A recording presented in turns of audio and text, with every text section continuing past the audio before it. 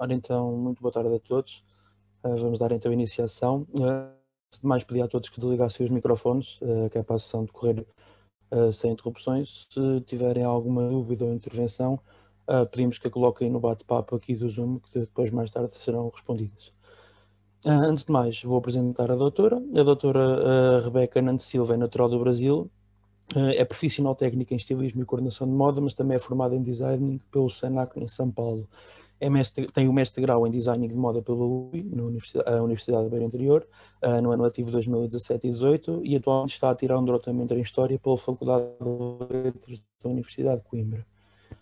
Atuou como figurinista durante 6 anos em 2 companhias de teatro distintas, trabalhou ainda como lojista na confecção de vestidos de luxo, bem como no ateliê Samuel Cirnasques, em São Paulo.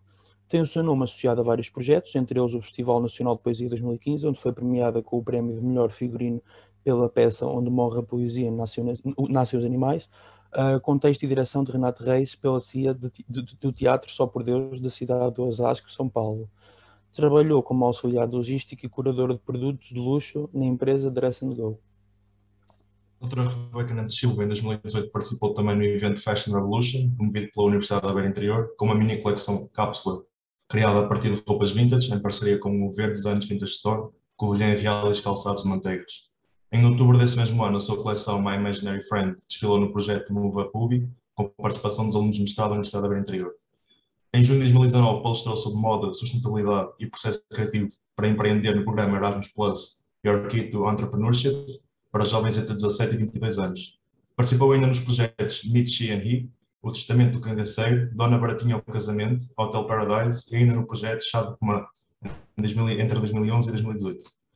A doutora Rebeca Nantes Silva irá hoje falar um pouco sobre o traje académico. O traje académico é, além do uniforme que serve como identificação do estudante português, um registro resultante de aspectos históricos que contribui como característica relevante em termos culturais.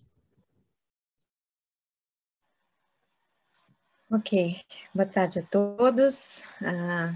Muito grata pelo convite. Estou grata a Deus por estar aqui. Agradeço a Comissão Histórica da FLUC, a Mariana, a doutora Rosário Murujão pela indicação. Eu sou designer de moda, como vocês puderam ver, portanto, não sou historiadora, mas tenho uma perspectiva de designer a respeito do meu projeto de dissertação de mestrado, a qual eu gostava de partilhar com vocês agora nessa tarde. Portanto, já vou iniciar compartilhamento. Prontos. O que eu venho trazer aqui não foi o título da minha tese de mestrado, né? O título foi uma análise sobre o traje acadêmico português, um desenvolvimento projetual. Então, o intuito foi a análise de 3 trajes de 3 universidades diferentes de Portugal, e, mediante essa análise, o produto final, no caso, o resultado da dissertação, foi um traje de veraneio, não algo que pudesse substituir, mas complementar a pedido dos integrantes componentes da TUA, que é a TUA Universitária de Aveiro.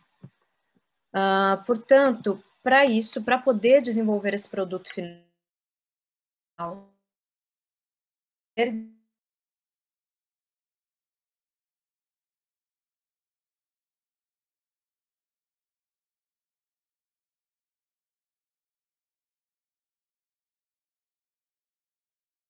ou de qualquer coisa vinculada à cultura acadêmica, sem falar um pouco sobre como ela nasceu, que no caso foi a Universidade de Coimbra. Tá bem? Aqui basicamente uma agenda de como vai seguir o processo do percurso, e vou iniciar falando sobre o meu percurso, como se deu a escolha. A princípio, eu gostava de trabalhar como tema a roupa, mas num contexto tradicional, ou seja, não vinculá-la tanto a produto, portanto, a questão de desenvolver um traje e ele ser a resultante do meu trabalho de pesquisa, da minha monografia, ela veio no percurso, a priori, era desenvolver a roupa num contexto tradicional. Um segundo aspecto que eu gostaria de trabalhar seria a roupa como um documento que conta a história, aqui no caso a história da tradição acadêmica, isso mais para o final, e trabalhar a semiótica do Charles Sanders Peirce, que foi um filósofo e matemático americano. A vertente do Peirce, a escolha dessa vertente, ela se deu Primeiro porque eu já tinha mais ou menos um conforto a respeito disso, eu já tinha visto a respeito da semiose do Pearce na faculdade, em outros projetos, já tive contato com isso antes, e essa vertente me permite, segundo a tríade do conceito da semiótica peirciana, perceber e interpretar o mundo ao meu redor segundo a bagagem de experiência do indivíduo.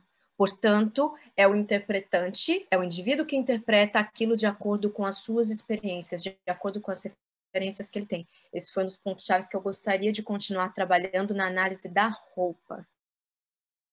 Então, aqui eu trouxe, não sei se vocês conseguem ver o arrow do rato no ecrã, essas 3 palavras-chave desses 4 conceitos que eu gostava de trabalhar: a roupa, a tradição, a história e a semiótica. Levei essa ideia à minha orientadora, a doutora Rafaela Norogrando, que leciona na Universidade da Beira Interior, e ela me trouxe uma proposta de objeto de estudo que seria o traje acadêmico, derivado de... ela já tentou analisar, alguma vez, ela pegou para analisar a respeito disso, e apesar de haver material, havia pouco. Então, aqui eu tinha um objeto de estudo que unia esses 4 aspectos que eu gostava de trabalhar. Portanto, comecei a delimitar os meus, quais as universidades que eu gostaria de trabalhar, e não faz, como já disse anteriormente, não fazia sentido não pegar ao C.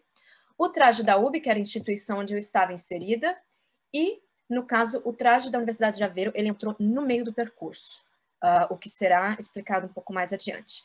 Então, vamos dar uma leve passeada pelo passado e começar explicando a história por trás do traje. Eu acho que é impossível falar do traje acadêmico sem falar do contexto de quando a universidade foi fundada, pelo Dom Diniz, através do momento em que ele assina o tratado Scientia Thesaurus Mirabilis, que quer dizer a pergunta está oculta, em 1290. Lembrando que a universidade ela não foi fundada e estabelecida em Coimbra de Gela. Ela teve as intempéries, idas e vindas entre Coimbra e Lisboa. Então, primeiro foi fixada em Lisboa, depois por uma questão financeira das oligarquias, apesar de haver um prestígio intelectual da universidade estar instaurada em Lisboa, isso prejudicava de alguma forma, e essa referência a gente pode ver muito forte naquele livro, A História Global de Portugal. Não me lembro a editora, mas no final tem a bibliografia que eu posso passar para vocês.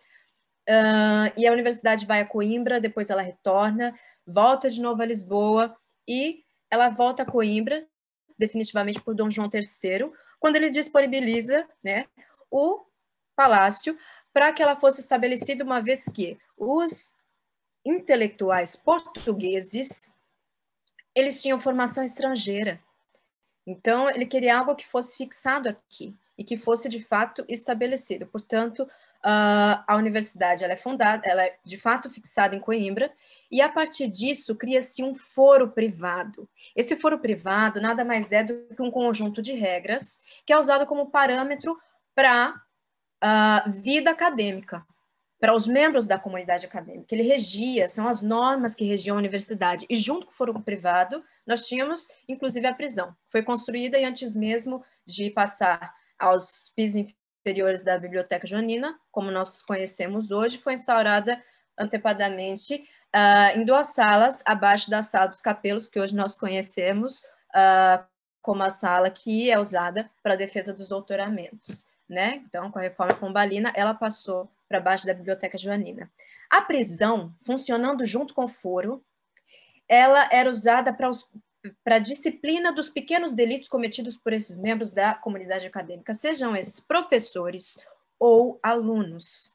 Portanto, junto com esse foro, se alguma coisa acontecesse e acontecesse entre esses membros, quem julgava eram as autoridades acadêmicas. As autoridades acadêmicas iam julgar aquelas pessoas, iam aplicar penalidades e, dependendo do delito, do nível de delito, do grau de delito, eles iam parar na prisão. E esses graus de delitos poderiam ser desde cabular aula, né, matar aula, como, por exemplo, acidentes maiores que têm a ver com atividades de praxe, mas daí é uma questão de gozo ao calor, que é muito mais na frente também, né? Não vem aqui ao caso, isso é só um compilado. Junto com esse foro, nascem os códigos de condutas e os estatutos próprios, a começar pelo precursor do Código da Prática, que foi o palito métrico. E ele foi escrito, né, basicamente no século XVIII, e foi escrito a primeira vez pelo Antônio Duarte. O Antônio Duarte, na verdade, era um pseudônimo para o nome do padre João da Silva Rebelo, que era um estudante de cânones na universidade. E o palito métrico nada mais era do que um folheto de 14 páginas, onde haviam escrito algumas normas de condutas que derivavam até do foro acadêmico, do foro privado, perdão. Só que ditavam coisas mais corriqueiras, hábitos entre os estudantes, normas de condutas não tão institucionais, digamos assim. Portanto, isso foi escrito de uma forma que ficasse como se fosse uma piada interna entre os alunos. Tanto é que ele foi escrito em latim macarrônico. Quem não sabe, o latim macarrônico é uma forma, é um português alatinizado, uma espécie de latim aportuguesado, e esses termos em latim, que hoje em dia muito conhecidos, acho que majoritariamente as pessoas que estão aqui, elas pertencem à comunidade acadêmica, então elas entendem bem a respeito disso, mas esses termos, para quem é de fora, eles fazem parte da atividade de praxe, da atividade de integração, fazem parte das brincadeiras, das condutas que se seguem. Então, ele foi escrito dessa forma, mas de uma forma poética, com rimas, né? E isso foi tomando uma proporção maior, que vieram outras publicações, não só do padre João da Silva Rebelo, como de outros estudantes, né? Algum tempo depois, veio o Código da Praxe. E o Código da Praxe, que no caso veio basicamente no período da Belle Époque, já é século XX, né? Foi escrito a primeira vez pelo Barbosa de Carvalho, e ele teve, em sua instância, a priori, ele teve 43 artigos. Passou por algumas alterações, e no Código da Praxe, de fato, foram estabelecidas essas regras de condutas, não só para que se um estudante tivesse que se comportar na universidade, mas também as regras de conduta da vestimenta. Isso se tem já no Código da Praxe, né? Agora, a respeito da capa e batina, por que eu comecei contando um pouco do palito métrico e do Código de Praxe? Justamente porque o uso da capa e batina, o uso do traje acadêmico, ele está no Código da Praxe, ele é vigente no Código. Antes de qualquer outra coisa, é necessário lembrar que, diferentemente do que muitas pessoas dizem, estudiosos idôneos, eles levam em consideração a questão de que o traje acadêmico ele não foi criado com o intuito de deixar os estudantes em pé de igualdade social. Apesar de que existem outros pontos de vista que podem até ser justificados, mas a questão é que ele foi criado para que se identificasse e se diferenciasse o estudante, membro da comunidade acadêmica, seja ele, no caso, estudante ou professor, de um cidadão civil comum. Justamente por causa do foro acadêmico. Justamente porque... Perdão, essa reunião foi atualizada pelo anfitrião agora. Perdão. E ele foi estabelecido, o foro acadêmico, justamente para julgar esses estudantes. Então, o traje, ele foi criado excepcionalmente para isso, para diferenciar. Porque uma vez que existia uma polícia acadêmica, um foro acadêmico que julgava os membros da comunidade acadêmica, a polícia civil ela não podia intervir. Então, deveria haver uma diferenciação, tanto para quem andasse trajado, quanto para quem andasse não trajado de acordo com o que o código estava escrito, havia uma penalidade. Se a pessoa frequentasse a universidade naquela época, naquela altura, e não trajasse de acordo com as normas estabelecidas, ela também poderia ser detida pelo acheiro, uma figura que nós temos até hoje ali, a porta férrea, né, a figura histórica, quanto pela polícia acadêmica. E era uma forma da polícia acadêmica e do acheiro identificarem os estudantes que cometiam alguns delitos para poderem ser julgados pelo foro. Portanto, esse é um ponto que precisava ser delimitado, ok? Nós não temos absolutamente algum registro de que existiu de fato, como eu posso dizer, um uniforme quando a universidade foi fundada. O que haviam eram algumas regras estabelecidas pelo rei Dom João III, em 1539, que foi essa questão da proibição dos excessos, das exuberâncias, por decreto dele. porque haviam alunos que frequentavam a universidade vestidos de uma determinada forma muito extravagante. Ele queria contrair essas extravagâncias quando os alunos frequentavam as aulas. Ou seja, eles não podiam ir vestidos de qualquer forma, ou seja, eles não podiam usar tecidos frisados, alguns debruns, alguns detalhamentos muito chamativos. E com o intuito de contrair isso, Dom João III acaba decretando que precisava ter um limite para que isso ocorresse, não necessariamente um uniforme. Então, aí existem outras questões a respeito da vestimenta ser de cunho e vertente ancestral totalmente clerical, porque chamamos de capa e batina, mas, até porque, quando a universidade foi fundada, praticamente eram os padres que frequentavam. Depois que ela foi aberta ao público, aí sim, os padres, eles usavam a sua vestimenta de acordo com a sua instituição, a sua ordem monástica. Então, a ordem dos jesuítas usavam, por exemplo, a roupa que eles usavam na ordem. Com a abertura da universidade ao público, aos nobres, às pessoas que tinham condições de colocar os filhos para estudarem, acabou ocorrendo uma certa mistura, né? Assim, digamos.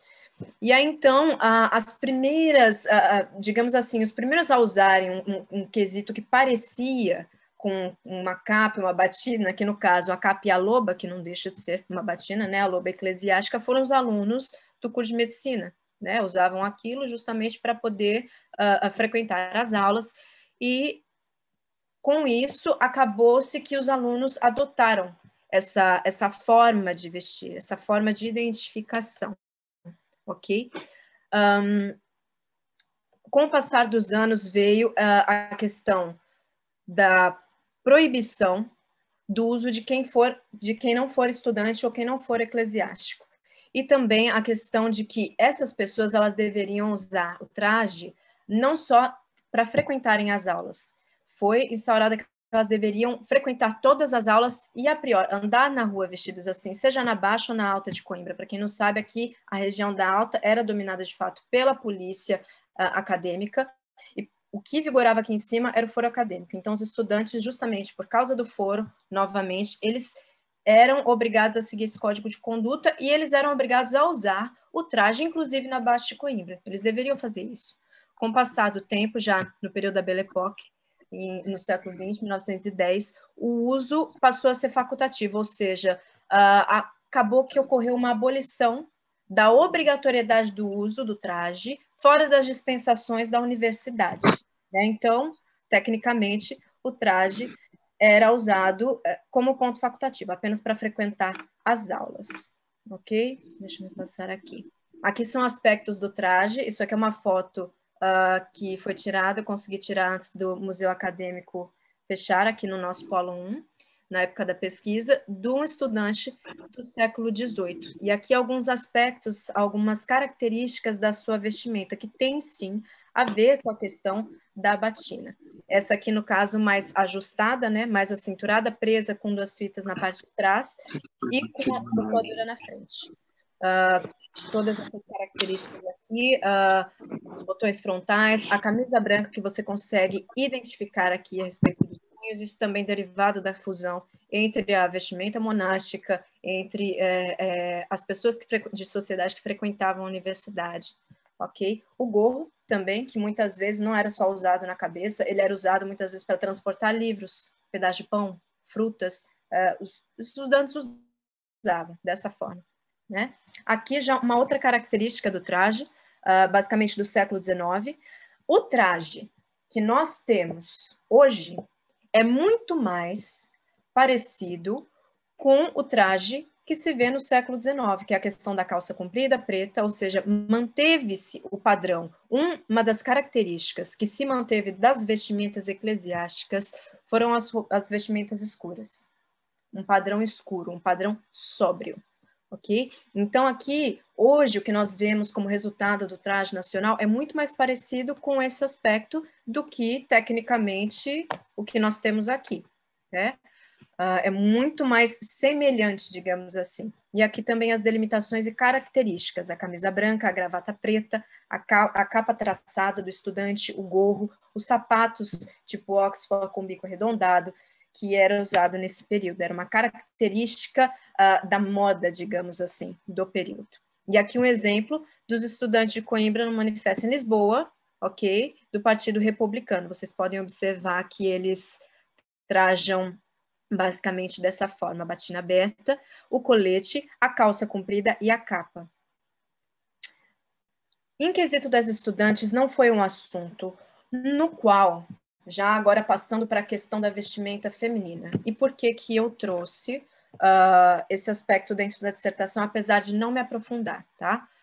O que eu me aprofundei mesmo foi a questão do traje, mas das estudantes em si, não, mas achei interessante trazer e tocar, mesmo na dissertação, um pouquinho a respeito delas. É que elas não, como vocês podem ver, elas não usam, elas não trajavam. Nem a primeira mulher que frequentou a Universidade de Coimbra, a senhora Publi Hortência, que acabou nos seus 30 anos se internando num convento, ela frequentava, na verdade, disfarçada com as roupas do irmão. Ela frequentava a universidade disfarçada com as roupas do irmão, até porque as mulheres não estudavam, basicamente. Algumas, nós temos relato de algumas, mas daí no caso da Publi Hortência, que frequentou a Universidade de Coimbra, não foi dessa forma. Uma segunda foi a senhora Domitila de Carvalho, também muito conhecida. Ela pediu autorização às autoridades acadêmicas para que ela pudesse se inscrever na universidade e poder frequentar as aulas. Depois a doutora Carolina Michaelis, que foi a primeira docente a ingressar, no caso, a primeira mulher a ingressar no corpo docente da Universidade de Coimbra, foi muito bem aceita.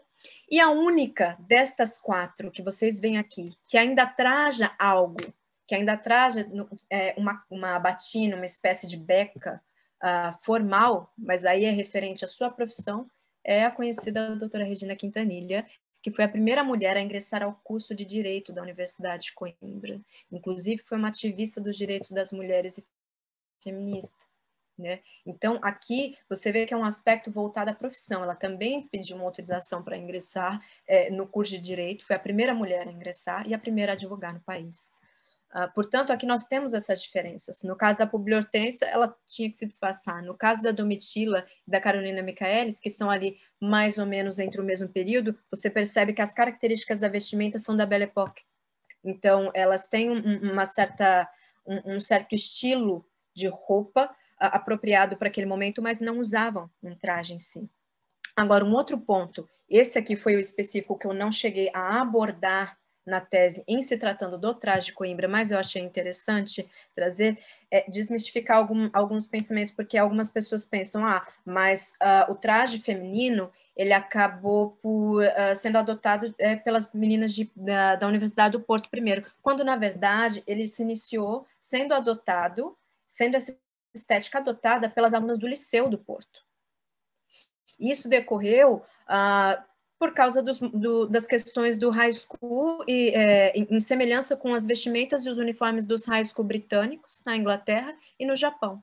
E também assemelhava-se à vestimenta das enfermeiras da Marinha, por exemplo, aos trajes mais formais, aos trajes militares. E aí elas acabaram que adotando características para poderem frequentar as aulas no liceu. Depois disso, é que as estudantes do Orfeão do Porto, ou seja, o Orfeão, para quem não está a par da situação, o Orfeão era o conjunto musical, conjunto de canto, no caso das meninas da Universidade do Porto. E o traje ele acaba chegando na versão feminina em Coimbra só na década de 50.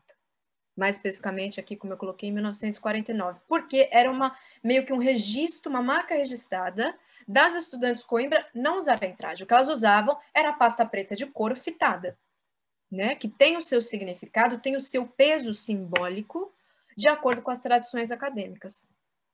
E aí, houve uma movimentação, uma festividade acadêmica, se não me engano, onde uma das alunas, se não me engano, a Lida Pedroso, nesse período, ela ousou vestir o conjunto meio que saia, batina e capa para poder participar dessa festa. Ela foi desfilar pela festa usando esse conjunto e foi visto com bons olhos.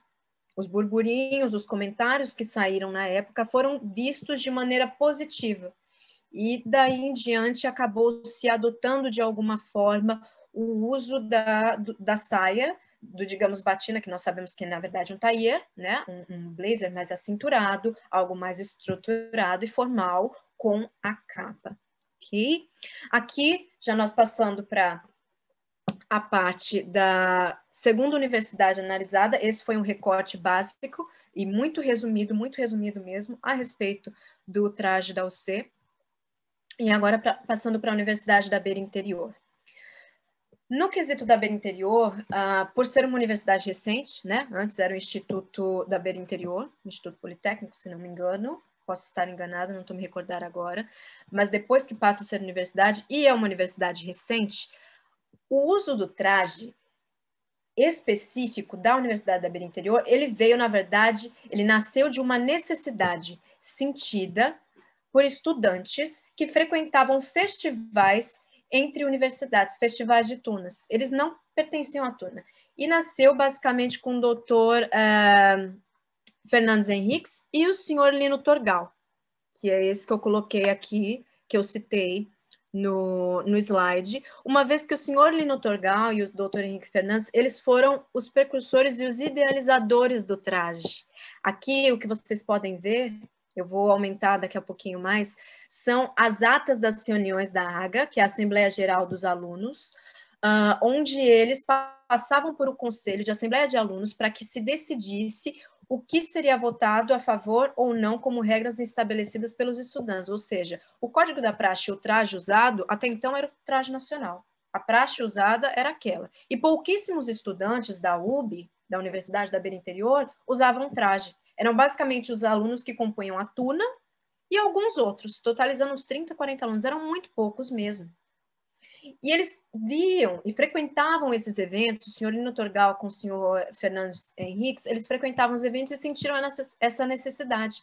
Por que a Universidade de Coimbra ela tem um traje nacional e nós não temos? Eles são identificados. Nasceu aí essa necessidade. Portanto, foi votado, foi levada a ideia e foram em busca de um estilista para que desenvolvesse alguma coisa, um protótipo com relação a isso. E um dos colegas, o senhor Miguel Rainha, que nós temos um croquis da idealização do traje da UB, né? Eles criaram esse traje e pegaram como base, aqui vocês podem ver, mas só deixa eu pausar aqui para que vocês possam ver rapidinho essa parte. Aqui para cima são outras propostas, daqui para baixo até essa lateral é o documento da ata da reunião, onde eles votam a favor de um traje acadêmico específico para a Universidade da Beira Interior. E essa necessidade de criar-se uma identidade própria, que não fosse generalizada, mas que fosse própria da região, o que eles usam como argumento para isso é não só a questão de serem identificados como pessoas dali, pessoas que pertenciam àquela instituição, mas também eles pegam características regionais, de cultura local e climáticas, para que esse traje fosse criado. Não obstante, vocês podem ver que eles atribuem essas características regionais da cultura local ao traje, mantendo a sua essência. Aqui, também, além de uma foto, eu tenho escaneado a proposta do traje, a parte 1, as características do traje que eu consegui, eu tive acesso a esse acervo, que é o acervo pessoal do senhor Lino Torgal, desde a época de 1990 a 1991, quando o traje da UB foi instaurado, entrou em vigor, ok?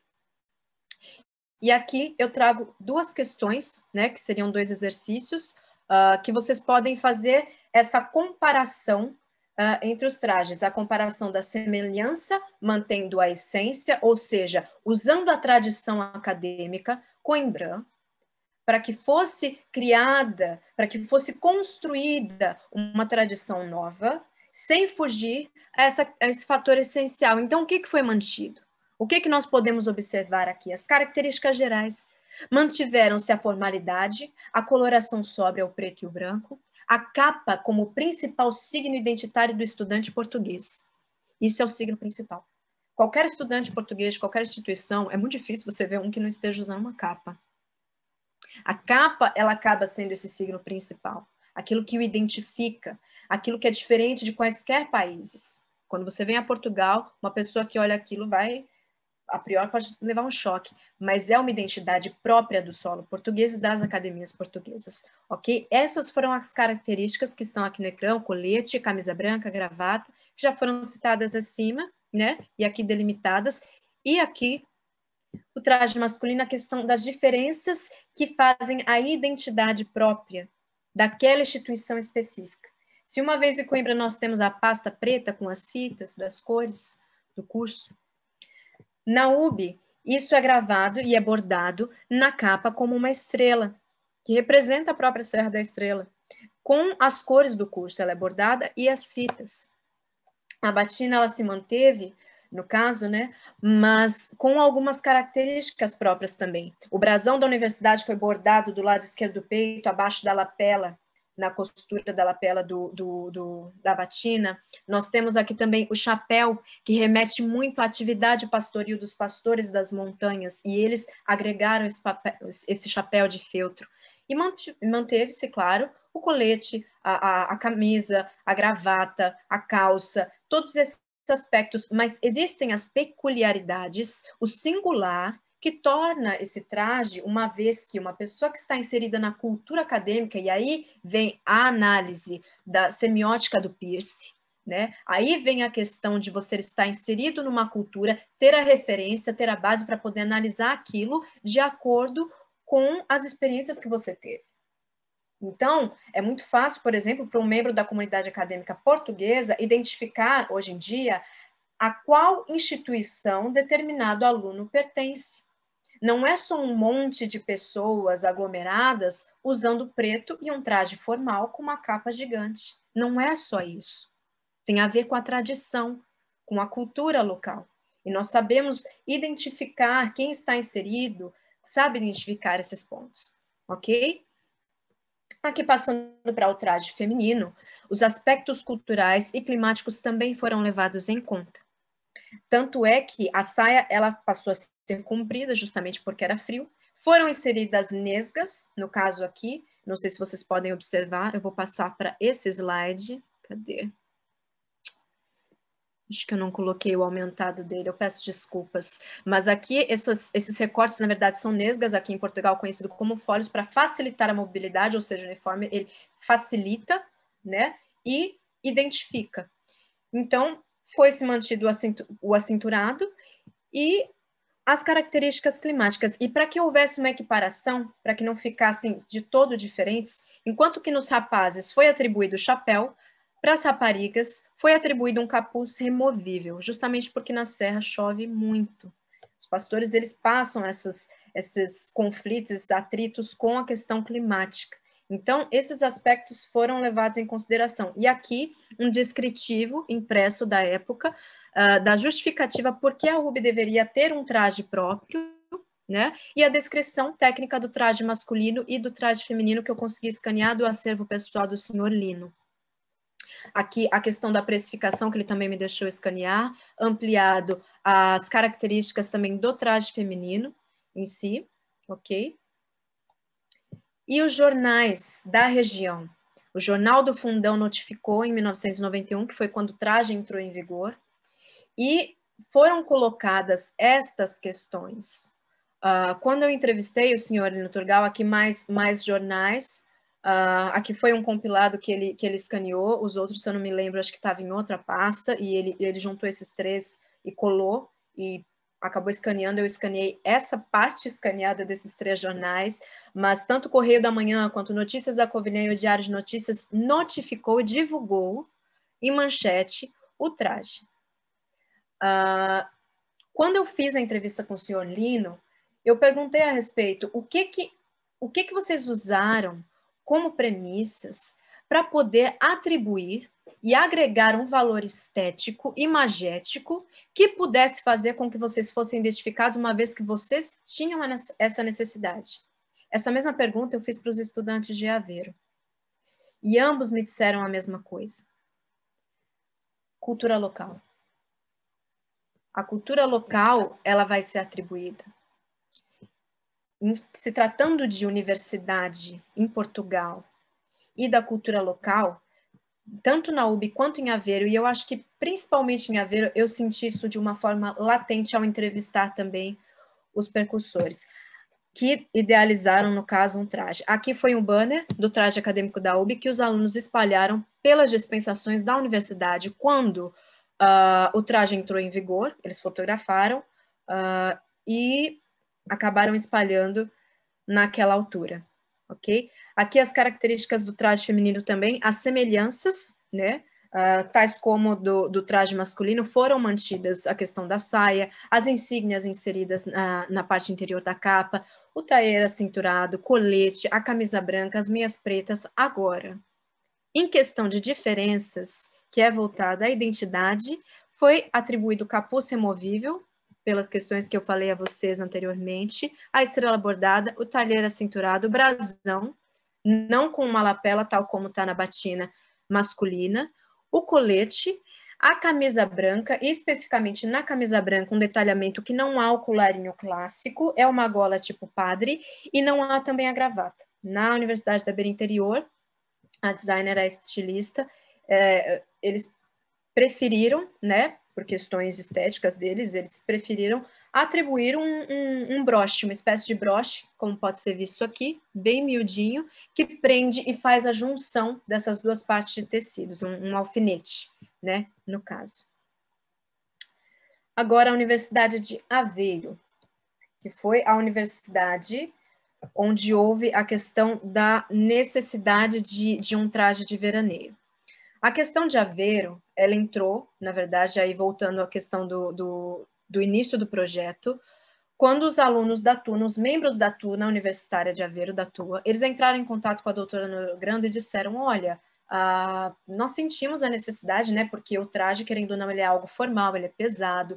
Em muitas apresentações nós tocamos, a gente acaba tocando no sol do meio-dia, e é, de fato, às vezes um pouco incômodo, devido às performances, às danças típicas com instrumentos musicais muito pesados, nós temos que agir, né, em cena para o público. Então, estávamos vendo uma questão, uma proposta, alguma coisa, você teria alguma ideia? Então, foi onde a Universidade de Aveiro entrou na pesquisa. E a questão do traje na universidade, aqui vocês podem ver o Antiguinho, que era um antigo jornal acadêmico da Universidade de Aveiro, onde foi também publicada um novo traje para a universidade. E esse novo traje da Universidade de Aveiro, né, na verdade, eles foram 3 propostas. A primeira foi o grifo, né, e levou esse nome decorrente ao símbolo da Universidade de Aveiro, que é um grifo, um pássaro, e por isso teve esse nome. E ele foi usado a primeira vez em 93, num sarau. E ele foi usado, na verdade, foi proposto por alunos da TUNA. O intuito não era um novo traje para a universidade, era um traje para a TUNA, para identificar, a necessidade de identificação veio da TUNA, que na época era Tunga, não era nem TUNA.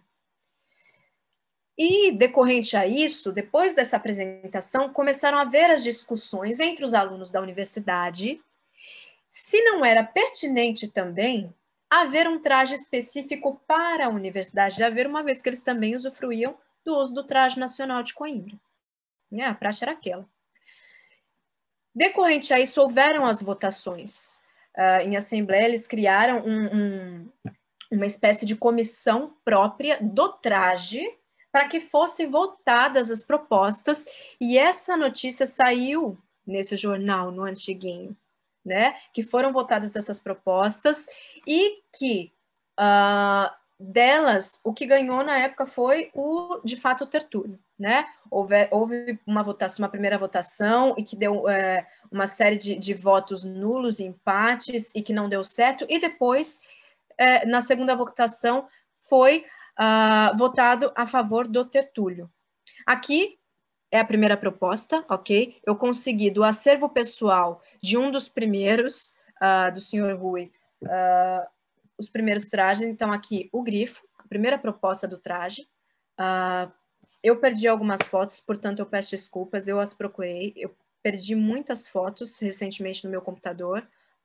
Infelizmente, não consegui trazer mais, mas essas foram as que eu consegui resgatar do grifo. Então, era algo basicamente evidenciando o verde da Universidade de Aveiro e mantendo o preto, né, que foi a primeira proposta apresentada no Sarau pela Tuna. O segundo, Tertúlio, que mantém também os aspectos da capa latina. Vocês podem ver o corte, o design dele, com os pins da Universidade na lapela, né? Esse foi o aprovado. E, aqui no caso, as características desse traje. A parte interior da capa com as insígnias, aqui nós podemos ver, e essas insígnias, elas têm a ver tanto com a região da qual o estudante provém, a sua terra natal, elas têm a ver com a instituição em que ele está inserido. Bem, quando vocês vão, principalmente na loja aqui na Toga, aqui na avenida, vocês podem observar que nós temos muitas dessas insígnias que os estudantes usam, e eles inserem na parte interior da capa. Isso é uma tradição, um costume já bem antigo, né? A parte do colete, e aqui vocês podem observar, está bem pequenininho, mas o forro de dentro também. A parte da frente, ou seja, essa parte aqui, forrada com tecido verde, que remete ao verde da Universidade de Aveiro, algo que pudesse. E aqui as capas rasgadas, com aquele significado típico, né? Não necessariamente isso, mas do número de namoradas, isso também depende da interpretação de cada pessoa que segue a tradição acadêmica. Mas aqui nós temos esses aspectos e eles já vinham desse período. O lado frontal do colete com os bolsos, aqui são os aspectos mais característicos do traje, ok? Aqui, a terceira proposta, o gabão, que no caso é o que usam atualmente, né? Naquele período foi o tertúlio, depois o que entrou em vigor foi o gabão, especificamente para a universidade. O gabão, ele nada mais é que uma capa com um capuz, e essa capa comprida é composta por uma capa menor. Na verdade, meio que um conjunto. É um conjunto de tecidos sobrepostos que formam uma capa, que é o gabão, que era um traje costumeiro que começou a aparecer em meados, século XX, de 1900.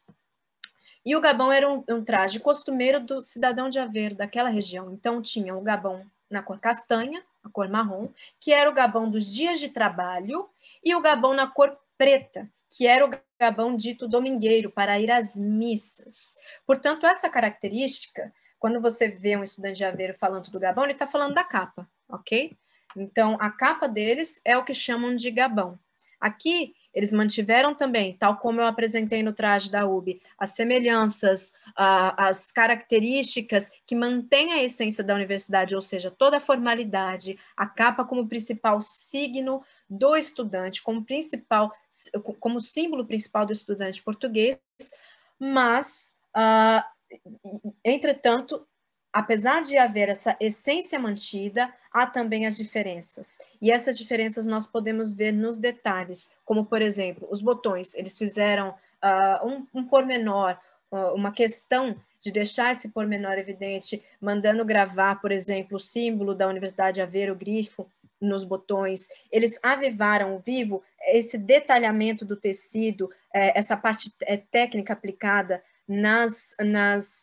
entre as extremidades, por exemplo, do colete, que vocês podem ver aqui, o vivo na cor verde, que é a verde da Universidade de Aveiro. Voltando aqui o outro slide, é possível também ver a parte do blazer avivada, ou seja, a característica do paletó do estudante avivada.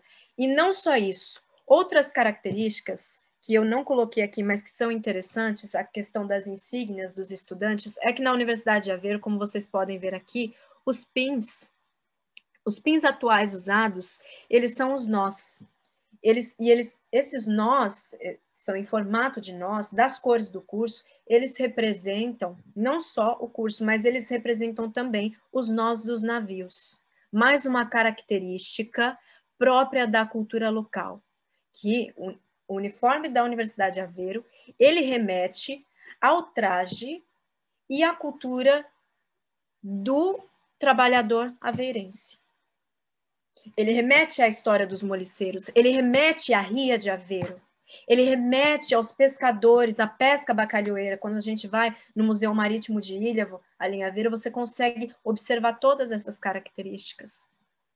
O uniforme, o traje, ele conta a história, e não só o uniforme de Aveiro, o traje de Aveiro.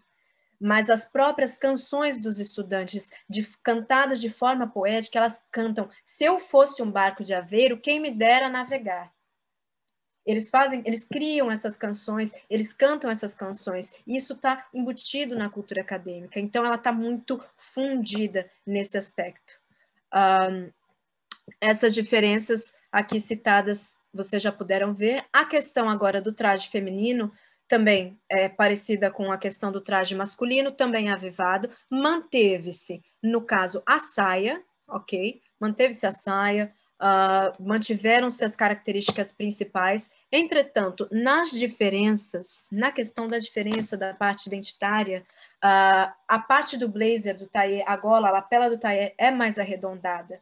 Aqui, como eu pude citar anteriormente, os nós, vocês podem ver uma pessoa que já tem, de acordo com o Código da Praxe, com as insígnias, com as regras de conduta da universidade, aqui no caso o Código de Faina da Universidade de Aveiro, né, a Faina Universitária de Aveiro, ela cita que um estudante, depois que ele aplica os pins, que no caso são os nós, que representam os nós nos navios, por cima da lapela, ele pode colocar a rede, que simboliza um grau acadêmico superior. No caso aqui de um mestre já. Isso depende, né? Depende muito. Mas aqui nós temos essas características aplicadas. E diferentemente da gravata, a camisa ela se mantém clássica, mas a gravata, vocês podem notar que é um sutil laço. E esse laço, ele remete, e existe, inclusive, no próprio Código de Faina, esse reforço da questão da cultura acadêmica, da cultura local inserida. Porque ele diz que esse laço remete aos lenços das mulheres trabalhadoras de Aveiro. No caso, nós temos, quando você visita o centro de Aveiro, por exemplo, nós temos na ponte que liga uma ponta da ria à outra, o Marnoto, que é um ícone de Aveiro, e a Salineira do outro lado, duas estátuas. E naquelas estátuas você pode perceber a vestimenta deles. Salineiro usando um lenço junto com toda a sua paramentação, toda a sua vestimenta. Só que como era um lenço muito grande, usado pelas mulheres, no caso diminuiu-se para que ele comportasse e se ajustasse, se adequasse aos padrões estéticos, à imagética do traje.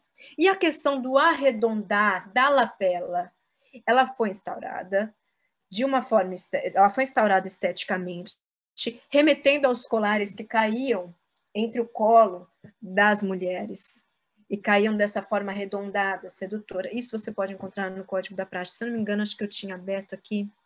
Eu acho que não. Mas qualquer coisa depois eu dou uma olhadinha, eu posso citar, eu posso encontrar e depois enviar ao chat para vocês. E aqui mantiveram-se também, tal como os rapazes usam a capa, o gabão, as meninas também usam. Se na UB os rapazes eles usam o chapéu, que remete à atividade pastoril, e para as raparigas elas usam o capuz removível, aqui é o gabão igual para ambos, ok?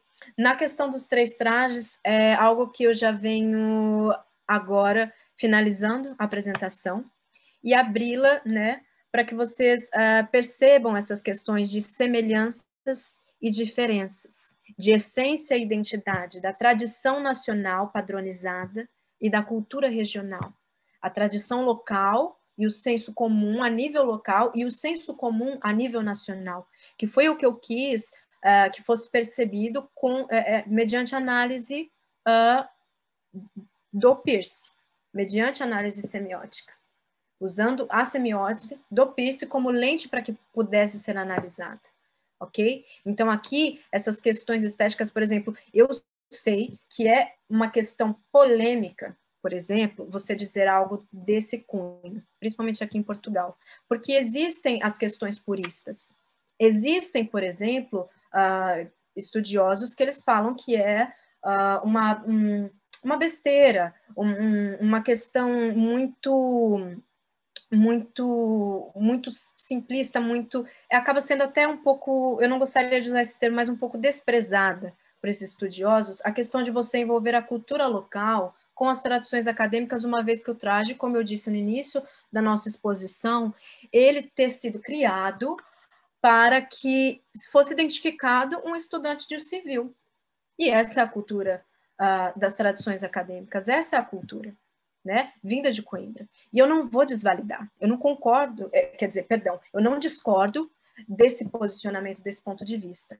Mas, já entrando na problemática da minha dissertação, mais especificamente, tem um autor que eu também vou passar para vocês aqui na questão de bibliografia, que ele escreveu um livro muito interessante chamado, e usado, consultado para realizar essa dissertação, que chama Antônio Manuel Nunes.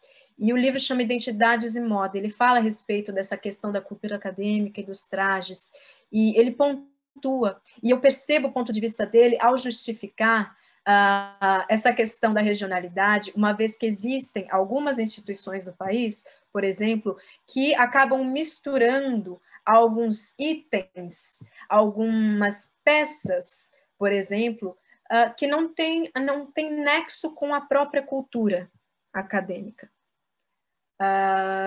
E eu percebo, eu entendo, não discordo, mas, por outro lado, existe a questão da identidade. Não foi só a Universidade de Aveiro, não foi só a Universidade da Beira Interior que sentiu essa necessidade de ser reconhecida. Outras mais. A Universidade de Viseu também. Se você pegar entrevistas dos próprios estudantes comentando, é uma questão da vestimenta, de lá ser frio. A saia das raparigas também é longa. Percebe? Eles adotaram já, em vez da gravata, um laço, né? Uma espécie de fita que cai como um laço. Mas, assim, existe essa necessidade de identidade, de uma identidade própria que não seja. Então, não é algo que vem para confrontar a cultura mater da Universidade Matriz, que é a Universidade de Coimbra. Muito pelo contrário, são novas perspectivas que são mostradas através dessas universidades, dessas instituições, através da roupa. Então, aqui a roupa ela acaba atuando como esse documento que conta a história. Ela acaba atuando não só como documento que conta a história, mas também como algo que os identifica e traz a esses estudantes o senso de pertencimento, né? Então, seria basicamente essas questões que eu coloquei e que eu quis levantar na dissertação. E dessa parte aqui das semelhanças e diferenças entre trajes, aqui eu coloquei os 3 trajes das universidades, ok? O de Aveiro, que eu fotografei, os meninos, e o traje nacional no meio, e o traje da Universidade da Beira Interior, e aqui, no caso, o traje feminino, para que vocês fizessem essa observação agora. Não sei quanto tempo resta, não sei se eu ultrapassei o meu tempo, peço desculpas se acabei ultrapassando, mas seria basicamente essa a exposição e a questão, a problemática que eu abordei na dissertação. Não é algo que vai contra o costume acadêmico, na verdade, é algo que vem para agregar. O ponto de vista que eu quis trazer foi agregar, né? A cultura e a tradição, ela se cria mediante aos hábitos corriqueiros de um determinado povo, de uma determinada região. No entanto, nós temos essas características culturais aqui. E a característica cultural agregada às características da cultura acadêmica. Elas duas acabam se tornando uma só quando você olha para um estudante de determinada instituição, tá bem? E para finalizar, eu comecei a minha dissertação com essa frase do Einstein, que além das aptidões e das qualidades herdadas, é a tradição que faz de nós aquilo que somos. Nunca rejeitando a questão tradicional, mas sempre a reforçando e a valorizando. Precisa haver essa valorização da tradição. Eu acredito que através dos trajes de diferentes instituições é possível que isso aconteça. E é isso. Espero ter contribuído de alguma forma pertinente. Ok? Obrigado, doutor, pela apresentação. Então, iria agora perguntar se alguém tem alguma dúvida que queira perguntar à doutora Rebeca.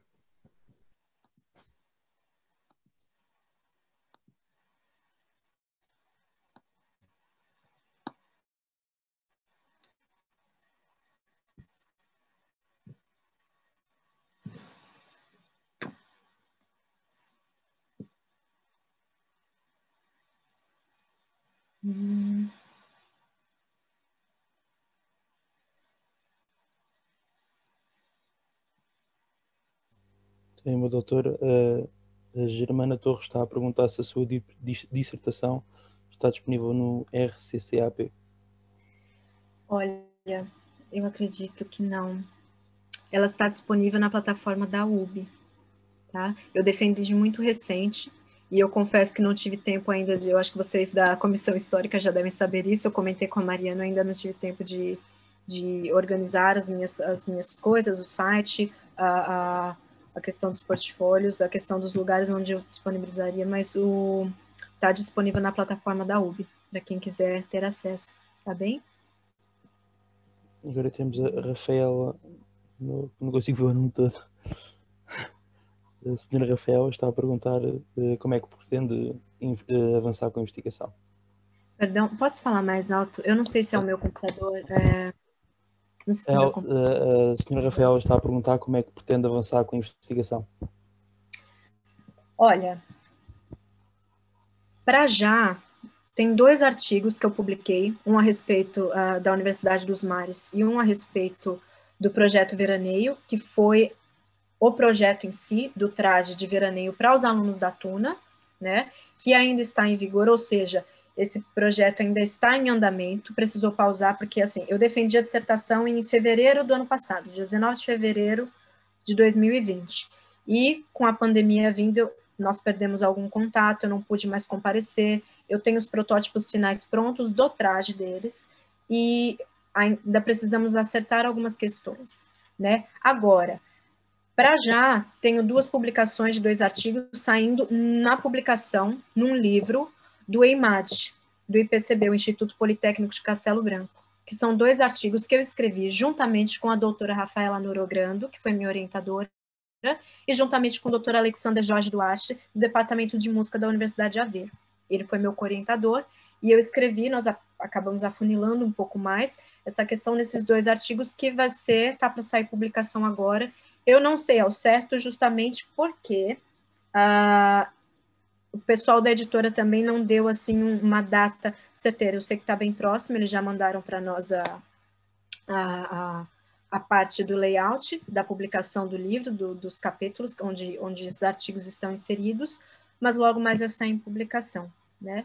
Então, eu pretendia, sim, prosseguir mais à frente, e eu acho que isso vai também vai depender de como vai resultar a questão do andamento da aprovação da aprovação final do traje dos meninos, porque ainda não, por causa da pandemia, nós não tivemos mesmo oportunidade de nos reunir para tomar as decisões finais, apesar de já ter sido pré-estabelecido algo, um protótipo final, e eu já tê-lo aqui, tanto o primeiro quanto o final para apresentação aos meninos da Tuna. Já viram? Catarina Alexandra Feira pergunta por onde iniciou a sua pesquisa, visto que a tradição do traje em Coimbra tem pouca informação disponível. Olha, primeiro eu iniciei vindo a Coimbra, frequentei, acho que vim umas 2 ou 3 vezes, quando o Museu Acadêmico ainda estava aberto, se eu não me engano ele fechou antes mesmo da pandemia, né, para algumas reformas, algumas coisas assim, e lá eu tive contato com a senhora Graça Divina, que foi a minha guia, para que me explicasse a questão das tradições e tudo mais. Eu tive um relato oral, tive que fazer entrevistas com alguns membros da comunidade acadêmica, o senhor Emanuel Nogueira, na época, eu acho que em 2018, foi isso, início de 2018, que era membro do Departamento de Música, Departamento de Fado, da Associação Acadêmica. Então, eu precisei conversar com muitas pessoas e iniciei tentando pegar pontos de vista diferentes.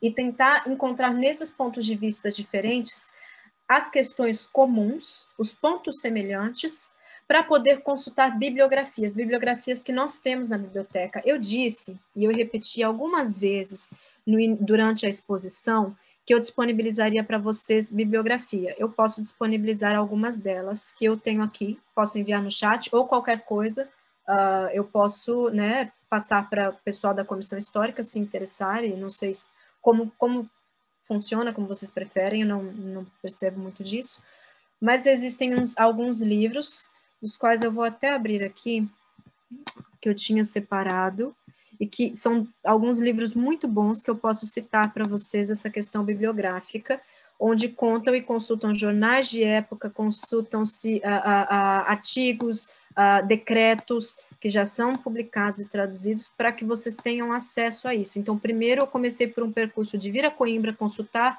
o museu, os acervos, e no caso do Museu Acadêmico e começar a procurar bibliografia a respeito disso. Eu citei o livro Identidades e Moda, do senhor Antônio Manuel Nunes.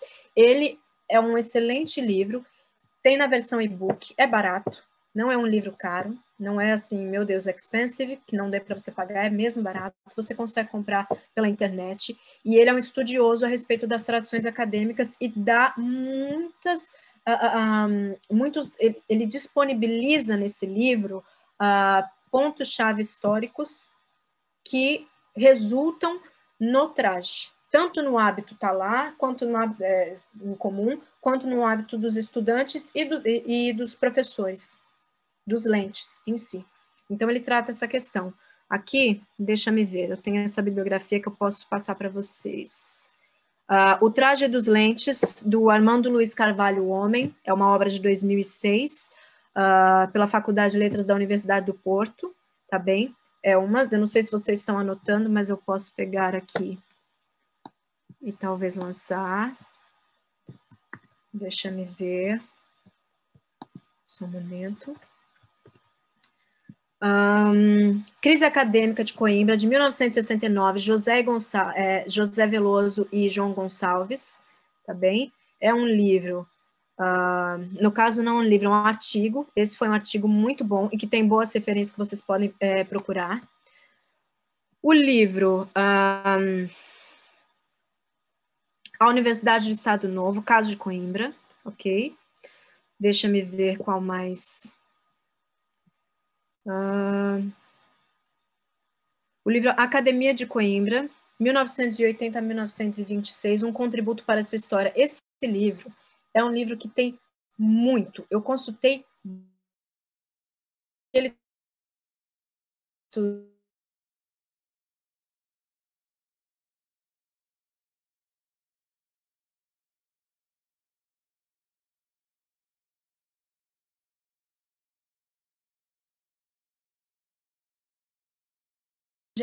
na Biblioteca Geral você encontra esses livros. Todos eles, maioritariamente, eu consegui consultar na Biblioteca Geral. Então, você pode encontrar lá, tá bem?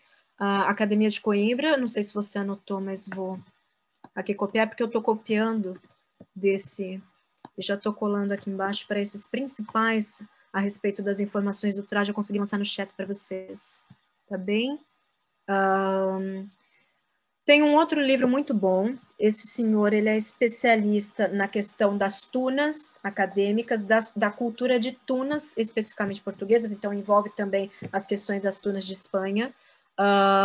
E é o livro que é Quit Tunai, é uma coisa assim, não sei se é em latim, eu não consigo pronunciar corretamente, não estou conseguindo, mas é a Tuna Estudantil em Portugal, pela editora Cosagap, ok? Foi um livro publicado, e os autores são o Jean-Pierre Silva, o Eduardo Coelho, o Jean Paulo Souza e o Ricardo Tavares, e é um livro de 2012.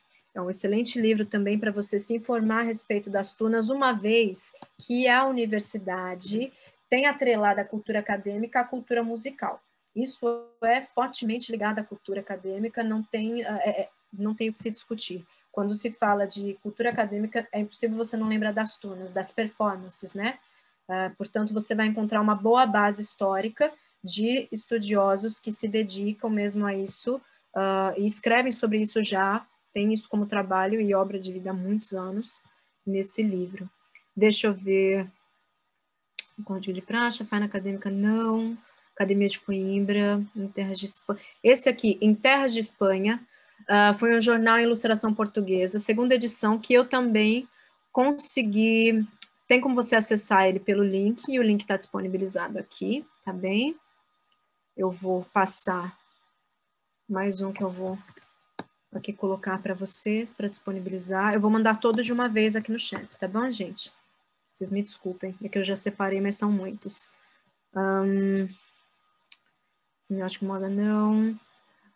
Ana Cláudia Castilho, Código da Praxe, Universidade, Faina Acadêmica, Em Terra de Espanha eu já citei, Comunicação e Semiótica. Esse aqui, A Universidade e o Estado Novo, Caso de Coimbra, 1926 e 1961, né? Do Luiz Reis Torgal. É uma ótima fonte também. Vou disponibilizá-la aqui para vocês abaixo. Já estou finalizando. Eu acho que com essa base aqui você já tem um norte, já consegue começar de alguma forma, tá bem? Acho que é isso, tá bem? Mais alguma? A Maria Almeida perguntou a sua opinião em relação à tradição oral que defende que o traje da Universidade de Coimbra é uma inspiração do hábito jesuíta. Pode se repetir mais alto, por favor, querido, mais devagar, tá mesmo muito baixo. Não sei se é meu computador, eu peço desculpas, tá bem? Ok, sem problema. A Maria Almeida pergunta a sua opinião em relação à tradição oral que defende que o traje da Universidade de Coimbra é uma inspiração do hábito jesuíta. Então, eu não vou dizer que não é. Tem a ver. Até porque os primeiros, como eu disse no início, a frequentar a universidade, eles eram padres, né? Depois é que ela foi aberta. E aí entra na questão dos alunos de medicina, que já usavam uma espécie de loba eclesiástica, estilo eclesiástica. Ele foi... É porque quando você fala jesuítica, está se referindo muito especificamente à ordem dos jesuítas, né? Então, existem essas questões históricas que são mais aprofundadas.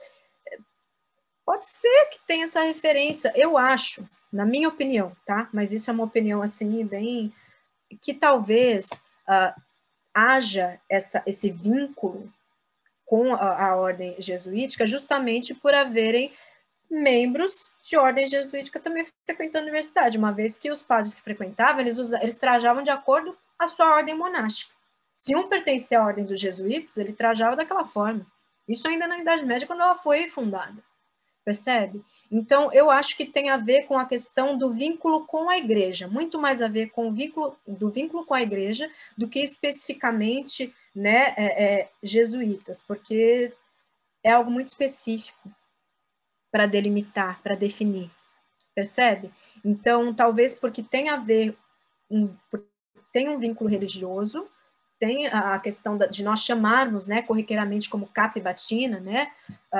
Eu acho que tem mais a ver com essa questão do que necessariamente ter esse vínculo com os jesuítas. Eu, por exemplo, não me recordo de ter encontrado nenhum registro que fizesse jus a essa afirmação, percebe?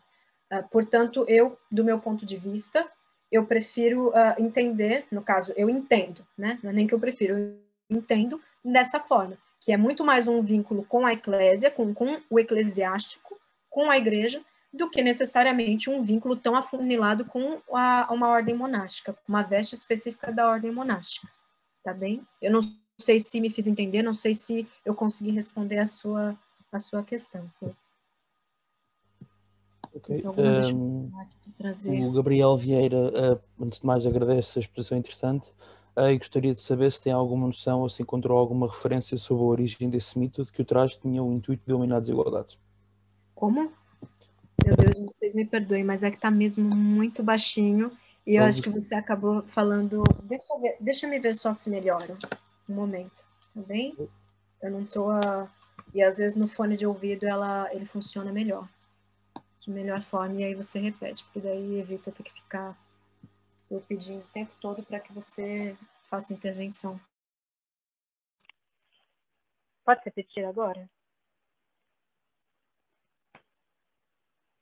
O Gabriel Vieira, antes de mais, agradece a exposição e gostaria de saber se tem alguma noção ou se encontrou alguma referência sobre a origem desse mito de que o traje tinha o intuito de eliminar desigualdades. Não. Não sei te responder isso. Eu não encontrei... um aspecto, porque essa foi a primeira, eu vou colocar dessa forma, mas não gostaria de usar dessa maneira, tá bem? Esse termo que eu vou usar agora, falácia. Porque se o traje ele foi criado para diferenciar estudante de civil por causa de um foro acadêmico, para que, por exemplo, quando um aluno cometesse um delito, ele fosse parar na cadeia, mas não fosse misturado com um criminoso civil, alguém que de fato estava envolvido com uma vida de crime, esse era um dos motivos justificáveis, ok? Das autoridades acadêmicas. faz tanto sentido, não sei, para mim eu não encontrei esse vínculo, percebe? O decreto do Dom João foi especificamente para que não houvessem excessos. E quando eu visitei, por exemplo, o Museu Acadêmico, que eu fiz a visita guiada com a Senhora Graça Divina, foi um dos aspectos que eu mais ouvia e que eu perguntei a ela. Eu falei assim, olha, por acaso, isso tem a ver com a questão da igualdade entre os estudantes, uma vez que nós sabemos que quando a universidade foi aberta, tudo bem, quem colocava os filhos para estudar eram pessoas que tinham um certo poder aquisitivo, né? Mas havia estudantes também que não tinham tantas condições assim. E aí ficou essa ideia na minha cabeça, apurando, mas não encontrei nada que desse origem a esse mito. O que ela me disse é que essa questão existe. E ela é latente até hoje. Tanto que você acabou de me perguntar isso. Se eu encontrei alguma coisa que desse origem a esse tipo de comentários feitos por muitos alunos. E muita gente acredita dessa forma. Se você for perguntar para muitos alunos, eles creem que foi feito para igualitar, para deixar todo mundo igual, para que não houvesse distinção social. Pode ser que tenha havido, né? Mas o que eu tenho de referência histórica é um decreto do rei dizendo que não podia ter acesso porque era sala de aula. E mais um decreto mais à frente dizendo que um aluno não estava impossibilitado de frequentar as aulas porque ele foi vestido vou usar o termo capibatina, tá? Mas ele foi vestido apropriadamente como deveria ir, só que me vai com sapatos amarelos. E o que é dito nesse decreto, não estou me recordando de quando ainda, mas é que o aluno estava impossibilitado de frequentar até, acho que ele usou um termo muito específico, eu não me lembro se foi um padieiro.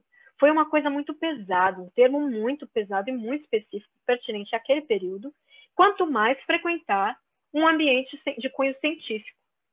Porque o cara foi calçado com um sapato amarelo, percebe? Os registros históricos que eu encontrei foram esses. Eu não consegui encontrar nada que desse que desse um respaldo para justificar essa questão do traje ter sido criado para deixar todo mundo igual. Mas pode ser que seja assim também. Uma vez que, por exemplo, nas extravagâncias tinha gente, por exemplo, que andava ostentando fivela de prata. Outra questão que fica, já que você me fez essa pergunta, uma vez que o Museu Acadêmico ele for reaberto, e espero que seja em breve após esse momento conturbado que nós estamos vivendo, vocês vão reparar que existe uma parte onde estão em exposição as pastas acadêmicas da época. E, pessoal, por incrível que pareça, existem pastas que eram placas de praticamente granito, de mármore, tá? Gravadas, para você ver o tanto do requinte das pessoas que tinham poder aquisitivo quando frequentavam a universidade.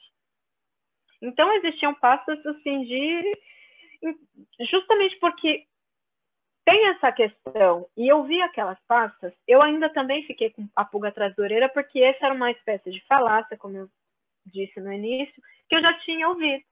Quando eu fui ouvir das entrevistas orais de outras pessoas, de pessoas até mais velhas que frequentaram a universidade também. Tanto que no meu percurso eu entrevistei 2 gerações, pai e filho, né, que frequentaram a universidade. Um que frequentou, fez curso de administração, e o pai que pegou o período do luto acadêmico na universidade, onde eles não usavam traje, onde o manifesto da roupa era o não uso do traje, né, o senhor Vidal, que fez, os 2 residem em Aveiro, mas ambos frequentaram a universidade e fez o curso de medicina nesse período.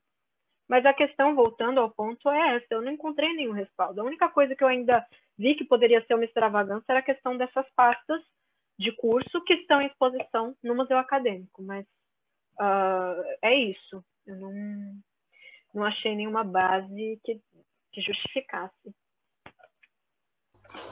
Então agora ia só passar a palavra à Mariana Brum, por favor. Eu estou com a câmera com algum problema. Eu só pedi para as pessoas que entraram no workshop com o nome no Zoom, que não seja o nome de inscrição, para informarem no chat o nome que querem que esteja no certificado, porque assim nós podemos fazer melhor controle das presenças. Obrigada.